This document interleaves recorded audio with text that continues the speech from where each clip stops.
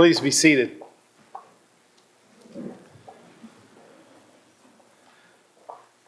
Our Old Testament lesson begins, "Sing, O daughter of Zion, shout, O Israel.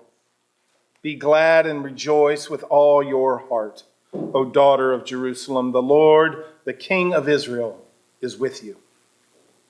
This third Sunday of Advent is a day of singing. The Lord, the King of Israel, is with us. Sing, O daughter of Zion. Shout aloud, O Israel. Be glad and rejoice with all your heart. There is a carol that comes to mind when I think of God singing. This carol was written just a little over 50 years ago. It is the little carol, "Do You See What I See?" It begins like this: "Said the night wind to the little lamb, do you see what I see?" The story of the song is simple.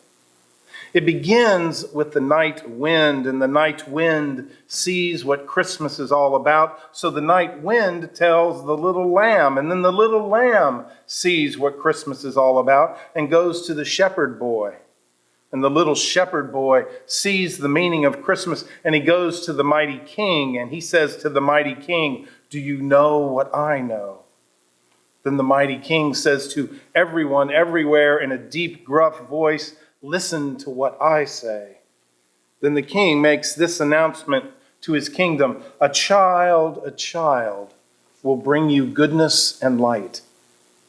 Do you see what I see? Do you hear what I hear? If we listen closely, maybe we will hear the voice of God singing over us. So why would God sing over us? It begins with love. Love always makes the heart sing. It begins with God's love for us. This in turn results in our love for God, and this in turn leads to love for one another. I read a story that took place in the midst of the Great Depression when a family of three, mom, dad, and little 6-year-old Peter, had absolutely no money for store-bought presents. Nevertheless, they decided to make pictures of the presents they would like to give one another if money were no object. So they drew pictures or cut out pictures from catalogs and magazines, and they put the pictures into boxes and stuck some old bows on them and put them under a scraggly Christmas tree. And on Christmas morning, the tree was heaped with riches. The gifts were only pictures, yes, but they were symbols of something much more, of the heart of love and of Christmas giving. There was a shiny new car for Dad and a red motorboat, some golf clubs and some sweaters. Mom found a dream house and diamond necklaces, dresses and coats. Most of the make-believe presents were for little Pete.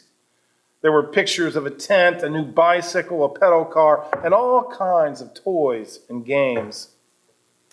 And then, surprisingly, it was Peter's turn. And with a squeal of delight, he crawls under the tree and pulls out a gift he had prepared all by himself. And when Mom and Dad opened it, they found a picture gift, more precious than all the others. It was drawn with a first-grade hand and first-grade crayons. It was the picture of three people standing together with big smiles on their faces. They had their arms around each other, and under the picture, little Pete had printed a single word: us. Simply the gift of love.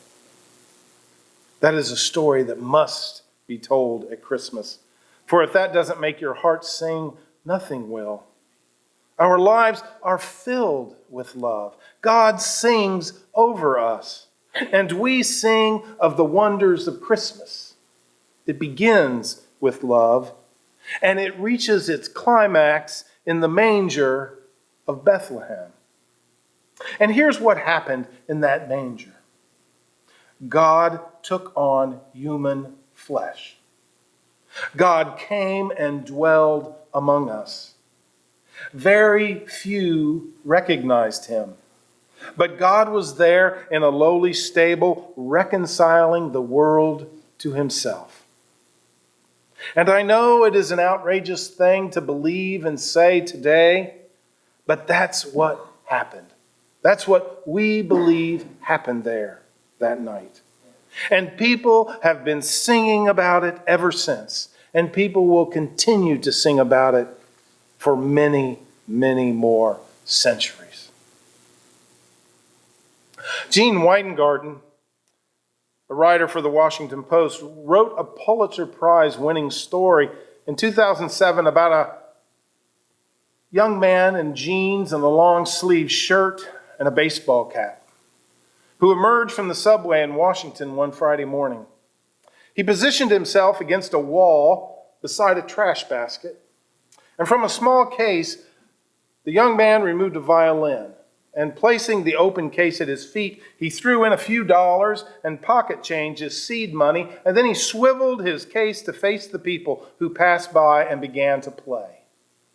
And in the next 43 minutes, as the violinist performed 6 great classical pieces, 1,100 people passed by. Almost all of them worked to menial, mid-level government jobs. I can say that because I was in one. No one knew that the violinist was one of the world's classical musicians, Joshua Bell. On this Friday morning, Bell played on the most valuable violin ever made, a Stradivarius valued at $3.5 million. And the train station, if you've ever been in those subway stations in Washington, provided great acoustics for his performance. And his beautiful music filled the morning air.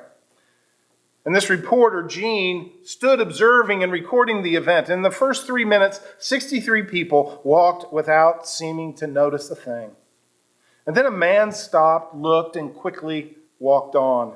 And across the 45 minutes Joshua Bell played, 7 people, 7, stopped to listen for at least 1 minute.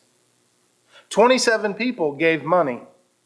And usually in concert, Bell gets $1,000 a minute. This day in total, he received $32.17. At the end of each piece, there was no applause, just silent indifference.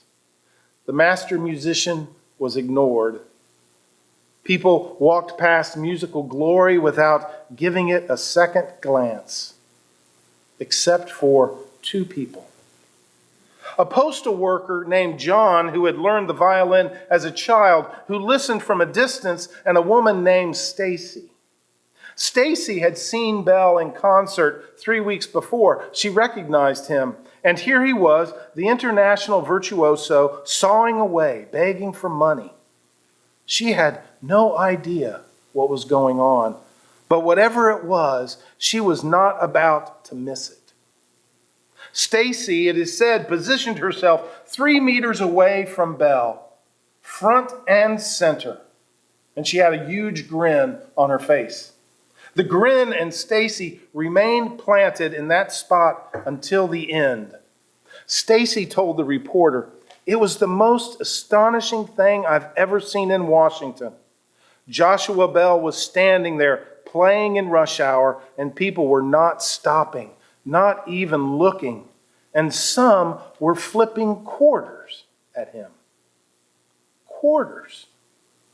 I was thinking, oh my gosh, what kind of city do I live in that this could happen? One of the world's great musicians playing on the street for coins. Only a few recognized him. Sounds somewhat familiar. Only a few recognized Christ in the stable of Bethlehem. Some star-struck shepherds, some magi from the east, and a humble carpenter and his bride-to-be, but not many. And yet that event turned the world upside down. It was enough to start the whole world singing. And why shouldn't it? Why shouldn't all creation sing? And why shouldn't we sing? After all, the God of all creation, the God of the moon and the stars and the wind and the waves, sings over us. Can you hear it? Listen closely. It is the song of everlasting love, hope, peace, and joy. It is the song of Jesus Christ.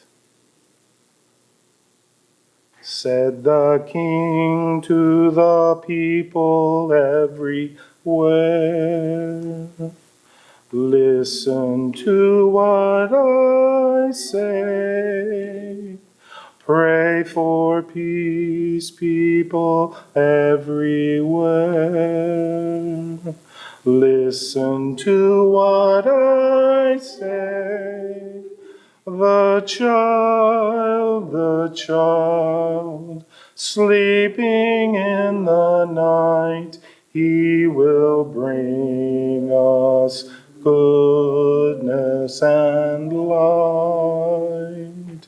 He will bring us goodness and light.